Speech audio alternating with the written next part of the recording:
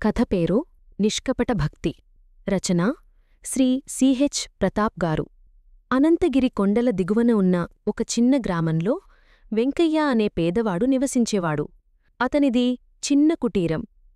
పేదరికంలో ఉన్నా వెంకయ్య మనసు నిండుగా ఆధ్యాత్మిక సంపల ఉండేది. అతడికి తిరుమల శ్రీ వెంకటేశ్వరస్వామి అంటే అపారమైన భక్తి.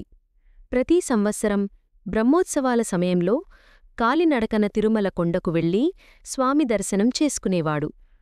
అతడి దినచర్య అంతా గోవిందనామస్మరణతోనే మొదలై గోవిందనామస్మరణతోనే ముగిసేది. అయితే గత సంవత్సరం కురిసిన భారీ వర్షాల కారణంగా వెంకయ్య వ్యవసాయం పూర్తిగా దెబ్బతింది. పంట నష్టపోవడమే కాక గ్రామంలోని ధనవంతుడి దగ్గర తీసుకున్న అప్పు తీర్చలేని పరిస్థితి వచ్చింది. అప్పుల బాధ, ఆత్మగౌరవాన్ని పోగొట్టుకునే భయం వెంకయ్యను నిరంతరం వెంటాడేవి. అప్పు తీర్చడానికి గడువు దగ్గర పడుతుండగా వెంకయ్యకు నిద్రకూడా కరువైంది. ఒకరోజు వెంకయ్య పట్నంలో పనికోసం తిరుగుతుండగా ఒక వ్యాపారి అతన్ని పిలిచాడు. ఆ వ్యాపారి దూరప్రాంతంలో ఉన్న మరో వ్యాపారికి అత్యంత విలువైన రత్నాల పెట్టెను చేరవేయమని అడిగాడు. ఆ పనికి వెంకయ్య పేదరికానికి సరిపడా అప్పు తీర్చడానికి సరిపోయేంత భారీ మొత్తంలో డబ్బు ఇస్తానని చెప్పాడు. కాని ఆ మార్గం దట్టమైన శేషాచలం అడవిగుండా వెళ్ళాలి. అది అత్యంత ప్రమాదకరమైన మార్గం. ఆ మార్గంలో క్రూరమృగాలు, రక్షకభటులు కూడా భయపడేలా పేరుమోసిన దొంగల ముఠా కూడా ఉండేది. ప్రమాదమని తెలిసినా తన కుటుంబ పరువు, అప్పు తీర్చే బాధ్యత గుర్తొచ్చి వెంకయ్య ఆ పనికి ఒప్పుకున్నాడు.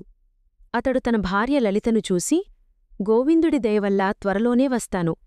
వచ్చే నెల బ్రహ్మోత్సవాలకు తప్పక నీతో కలిసి స్వామిని దర్శించుకుంటాను అని ధైర్యం చెప్పి ఆ రత్నాల పెట్టెను తీసుకొని తన ప్రయాణాన్ని మొదలుపెట్టాడు. వెంకయ్య తన ప్రయాణంలో ప్రతి అడుగులోనూ గోవిందా గోవిందా అని జపించేవాడు. ఆ భయంకరమైన శేషాచలం అడవిలో 3 రోజులు నిరాహారంగా నడిచాడు. 4వ రోజు సాయంకాలం దట్టమైన పొదలు దాటి వస్తుండగా సూర్యరశ్మి పూర్తిగా మాయమైంది. అప్పుడే ఆ దొంగల ముఠా నాయకుడైన భీకర వ్యక్తి అతని ముందు ప్రత్యక్షమయ్యాడు. వెనుకనుంచి మరో 4 దొంగలు వెంకయ్యను చుట్టుముట్టారు. నువ్వు ఎక్కడికి పోతున్నావో, నీ దగ్గర ఏముందో మాకు తెలుసు. ఆ పెట్టెను మాకిచ్చేయ్, లేదంటే నీ ప్రాణాలు ఇక్కడే పోతాయి అని దొంగల నాయకుడు భయంకరంగా అరిచాడు.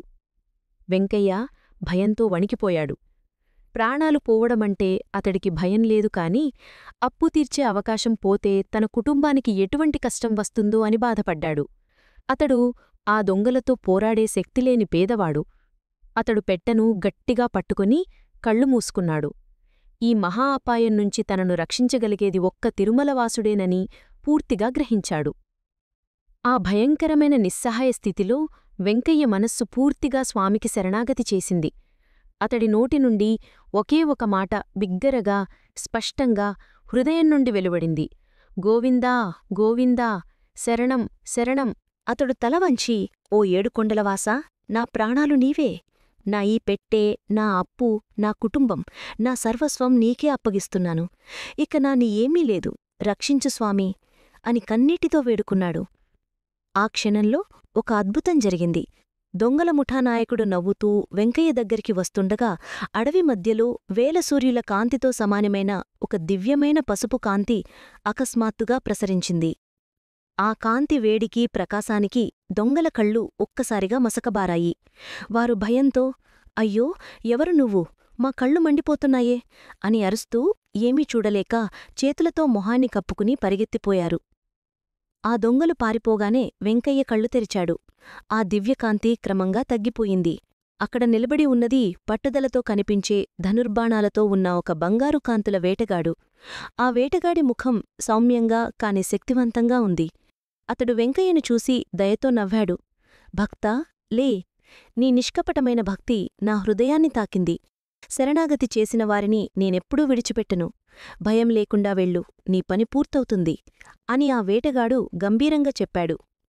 వెంకయ్యకు దర్శనమిచ్చిన ఈ వేటగాడి రూపం సాక్షాత్తూ కలియుగ దైవమైన శ్రీ వెంకటేశ్వరస్వామి లీల తప్ప మరొకటి కాదు. ఆ అడవిలో అత్యంత ప్రమాదకరమైన పరిస్థితుల్లో నిస్సహాయ స్థితిలో ఉన్న తన భక్తుణ్ణి కాపాడటానికి ఆయనే స్వయంగా దిగివచ్చాడు. నిరాకారమైన భగవంతుడు తన భక్తుల కోసం వారికి అర్థమయ్యే రూపంలో వారికి ఆసరాగా నిలిచి వేటగాడి రూపంలో దర్శనమివ్వడం ఆయన కరుణకు నిదర్శనం. కేవలం గోవిందా శరణం అని 2 మాటలు ఆ దట్టమైన అడవిలో దొంగల ముఠాపై సూర్యకాంతిని ప్రసరింపజేసి వారిని భయంతో పారదోలగలిగాయి. భక్తికి ఉన్న శక్తి అపారమైనది. స్వామికి ధనం, ఆభరణాలు, ఆడంబరం ముఖ్యం కాదు. నిష్కళంకమైన భక్తి మరియు నిస్వార్థమైన ప్రేమ మాత్రమే ఆయనను చేరుకోగల మార్గాలు. పేదవాడైన వెంకయ్యకు ఆ నిస్వార్థ భక్తే అతిపెద్ద ఆస్తి. అలౌకిక రక్షణ. మనుషులు, మృగాలు, ప్రకృతి వైపరీత్యాలు ఎటువంటి అపాయం నుంచైనా తన భక్తులను కాపాడగలిగే శక్తి తిరుమలేశుడికి ఉందని ఈ సంఘటన నిరూపించింది. ఆ వేటగాడి మాటలు వినగానే వెంకయ్య గుండెనిండా ఆనందం, భక్తి నిండిపోయాయి. అతడు ఆ వేటగాడి పాదాలపై పడబోతుండగా ఒక్క క్షణంలో ఆ రూపం అదృశ్యమైంది. తనను రక్షించింది ఆ ఏడుకొండల సాక్షాత్తు శ్రీనివాసుడేనని వెంకయ్యకు అర్థమయింది. ధైర్యంతో సురక్షితంగా ప్రయాణం పూర్తిచేసి రత్నాల పెట్టెను అప్పగించి భారీ మొత్తాన్ని తీసుకున్నాడు. ఆ డబ్బుతో అప్పు తీర్చి తన కుటుంబాన్ని కష్టాల నుంచి కాపాడాడు. బ్రహ్మోత్సవాల కోసం తిరుమలకొండకు చేరుకున్న వెంకయ్య స్వామిని దర్శించుకున్నాడు. స్వామి ఆభరణాలలో తనను రక్షించిన వేటగాడి రూపంలో మెరుపు కనిపించింది. కన్నీటితో స్వామి పాదాలపై పడి కృతజ్ఞతలు చెప్పుకున్నాడు.